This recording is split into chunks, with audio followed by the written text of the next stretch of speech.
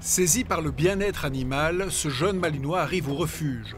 Le maître ne peut plus assumer son compagnon. Les malinois et autres croisements occupent une bonne partie du chenil. Aujourd'hui, donc, j'ai 95 chiens sur le site et j'en ai 34 qui sont des malinois ou des croisés malinois.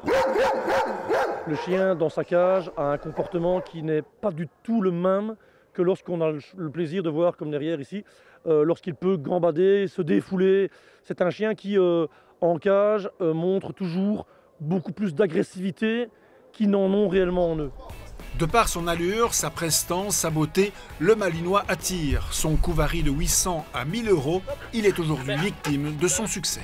Les gens ne se rendent pas compte que c'est un chien qui demande vraiment beaucoup de temps, beaucoup d'énergie. Il faut un maître qui tient la route et qui aussi demande un espace assez important pour pouvoir se dépenser un maximum. Ce n'est pas un chien d'appartement. Un chien qui demande beaucoup d'investissement. Plus qu'un autre chien, il a besoin de sortir un leader, d'office. Le malinois, il a été créé pour ça. C'est pour ça qu'en fait, au départ, c'était un chien de berger, mais après, ils l'ont modifié. Ils en ont fait un chien de la police, un chien des forces spéciales.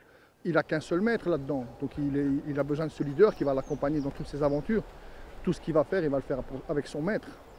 Silvano Infantino est vétérinaire. Il connaît très bien la race du malinois. Il est génétiquement programmé pour travailler. Donc une activité avec une simple promenade à la maison ou une balade même d'1 heure tous les jours, moi je pense que ça ne suffit pas. Une fois par an, Silvano réalise une portée. Pour notre spécialiste, il existe une offre de malinois trop importante. Il faut la réguler. Pourquoi ne pas instaurer, comme chez le chat ça se fait aujourd'hui, une stérilisation, une castration pour éviter, si vous voulez, la multiplication qui n'est pas raisonnée.